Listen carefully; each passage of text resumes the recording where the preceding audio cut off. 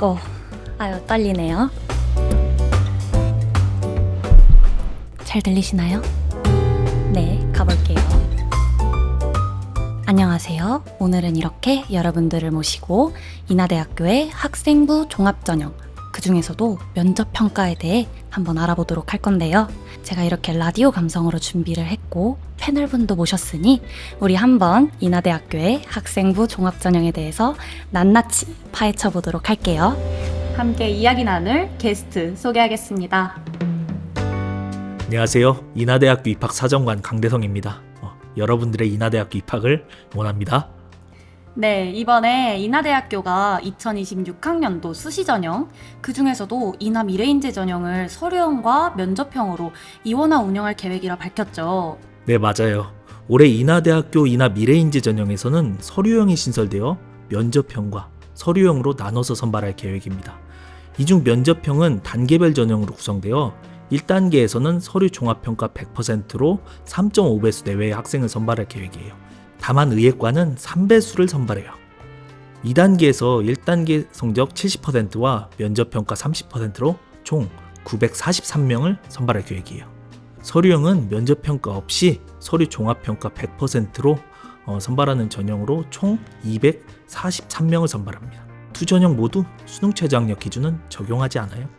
943명이면 굉장히 많네요.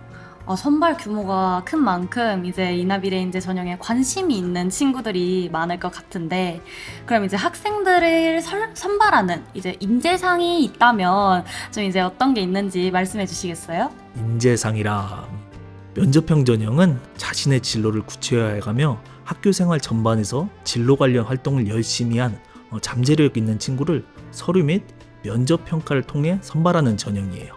이때 면접평가에서 기초학업 역량, 진로 탐구 역량, 의사소통 역량, 이렇게 역량을 요소로 중심으로 이렇게 평가를 하는데 평가 요소별 반영 비율은 모두 동일합니다. 그렇군요. 본인의 진로를 구체화해가면서 이제 관련 활동을 열심히 하는 것이 이제 중요하겠어요. 네, 좋습니다. 이렇게 말이 나왔으니까 질문을 바로 좀 이어가 볼게요. 혹시 면접 전형 방식은 이제 어떻게 되나요? 그리고 면접 비중이 30%라고 하셨잖아요. 이제 실질적인 영향력, 그게 또 얼마나 되는지 좀 다들 궁금해할 것 같아서 한번 답변해 주시면 감사하겠습니다. 예. 그러면 첫 번째, 우선 인하 미래인재 전형 면접평가는 제출서류 기반 면접이에요. 그러니까 제출서류가 우리 생기부니까 학생부 기반 확인 면접이라고 생각하면 되겠죠. 면접실은 한 개고 지원자 혼자 면접실로 들어가면 면접위원 2분이 맞이해 주실 거예요. 평가는 8분에서 10분 정도로 진행됩니다. 다만 의예과는 조금 더 자세한 평가를 위해서 면접실이 2개로 구성되어 있어요. 그렇기 때문에 면접위원은 총 4분이고 시간은 총 15분 내외죠. 특히 평가의 공정성을 강화하기 위해 지원자의 인적사항뿐만 아니라 1단계 서류평가 결과도 블라인드 처리해서 면접평가를 진행하고 있어요. 진짜요? 면접에서는 1단계 서류평가 점수도 이제 블라인드가 돼버리니까 모두 동일한 선상에서 이제 시작한다고 생각을 해야겠네요. 맞아요. 예. 그리고 면접평가의 실질적인 영향력에 대해서 물어봤었잖아요. 네네. 우선 서류평가를 1배수로 통과한 친구들의 최초 합격 비율을 한번 살펴보면 3분의 1이 합격하지 못한 것을 알 수 있어요. 그런데 더 중요한 것은 최종 등록 비율이에요. 최종 등록 비율을 한번 보면 서류평가를 2배수에서 3.5배수로 통과한 친구들의 비율이 55%가 넘는 걸 확인할 수 있어요. 굉장히 높은 비율을 차지하고 있죠? 그렇네요. 그만큼 면접평가의 영향력이 크다는 것을 배수별 입시 결과를 통해 확인할 수 있죠. 생각보다 면접의 영향력이 적지 않네요. 합격을 위해서는 면접평가 준비가 중요할 것 같아요. 근데 제가 진짜 궁금한 게 또 있는데, 면접에서 어떤 식으로 이제 질문을 하는지 좀 어려운 질문인가요? 네, 면접 질문 유형이 좀 궁금한데요. 아까 평가 요소를 좀 말씀해 주셨잖아요. 그 요소별로 이제 예시를 들자면 어떤 질문이 있을까요? 먼저 간단하게 설명드리면 기초학업 역량은 각 교과 세특에 기술되어 있는 내용 바탕으로 각 과목의 기본 개념의 학습이나 이해 정도를 확인하는 그런 문제가 많다고 생각하시면 돼요. 음. 아까 예를 들어 달라고 하셨으니까 네. 예를 들면 기계공학과에 지원한 친구가 있다고 하면 물리학 1시간에 학습한 연력학 제2법칙에 관해 설명해 주세요. 뭐 이런 식으로 수업 시간에 배운 개념들을 잘 파악하고 있는지 이런 질문이 나온다고 생각하면 돼요. 그럼 진로 탐구 역량에서는 진로 활동에 관련된 활동의 진정성이라든지 활동을 통해 성장한 내용이라든지 그런 걸 물어보는 거예요. 어떤 동기나 과정 그리고 이로 인한 결과가 어떻게 이어지는지 확인한다고 생각하면 될 것 같아요. 예. 또 예를 한번 들어보면 미디어 커뮤니케이션 학과에 지원한 지원자가 있다고 생각해보면 자율활동과 예를 들어 교과 혜택을 보니까 미디어 속 혐오에 대해서 고민해 본 것 같은데 이에 대한 해결 방안을 생각해 본 적이 있다면 한번 설명해 주세요. 뭐 이런 식의 해당 주제를 통해서 본인이 배우고 느낀 점을 묻는 질문을 한다고 생각하면 될 것 같아요. 의사소통 역량도 있잖아요. 네. 의사소통 역량은 그냥 말 그대로 평가자의 질문에 답변하는 내용 자체가 평가의 대상이 될 수 있어요. 또한 학교생활 기록부에 드러난 인성 관련 내용이 또 질문의 주가 될 수 있죠. 또 이것도 예를 한번 들어보면 횡특을 보니까 도움이 필요한 친구가 있으면 먼저 나서서 도와준다고 선생님께서 이렇게 적어주셨는데 어떠한 사례가 있었나요? 뭐 이런 식의 질문을 통해서 지원자의 인성 관련 부분을 확인할 수 있겠죠? 들으면 들을수록 좀 어려운데요. 10분 내외로 이 짧은 시간에 모든 평가가 이루어진다는 말씀이군요. 네, 수험생들이 준비해야 될 게 많을 것 같은데요. 이렇게 많이 있어가지고, 네. 근데 이게 사실 그렇게 어렵게 생각할 건 없어요. 이게 모두 학교생활 기록부에 있는 걸 말하는 거잖아요.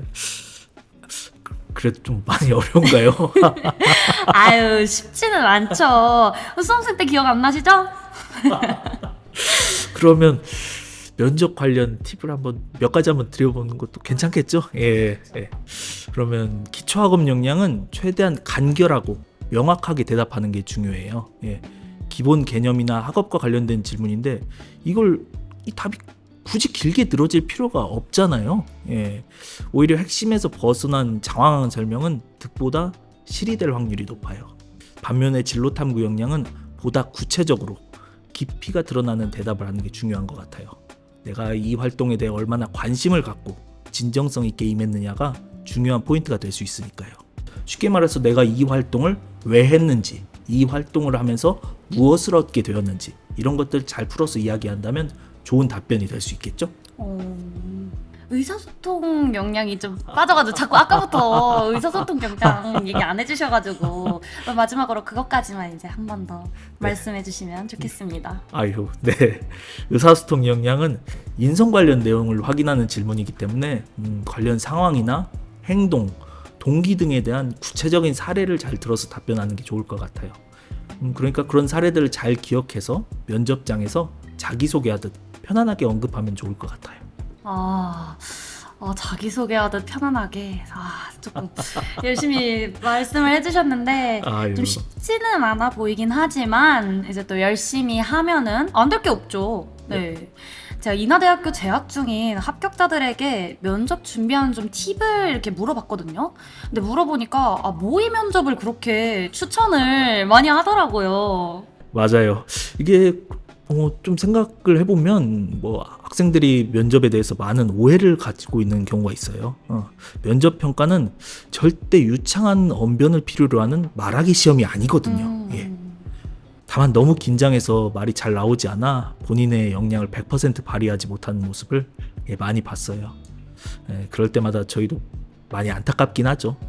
그렇기 때문에 면접을 준비할 때는 머릿속으로 그렇게 혼자 준비하는 것이 아니라 모의 면접 방식을 통해 직접 질문을 받고 대답하면서 면접 상황을 실제 체험해 보는 것을 통하면 큰 도움이 되지 않을까 생각해요.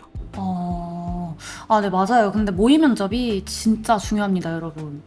저도 도움을 좀 많이 받았어요, 모의 면접에.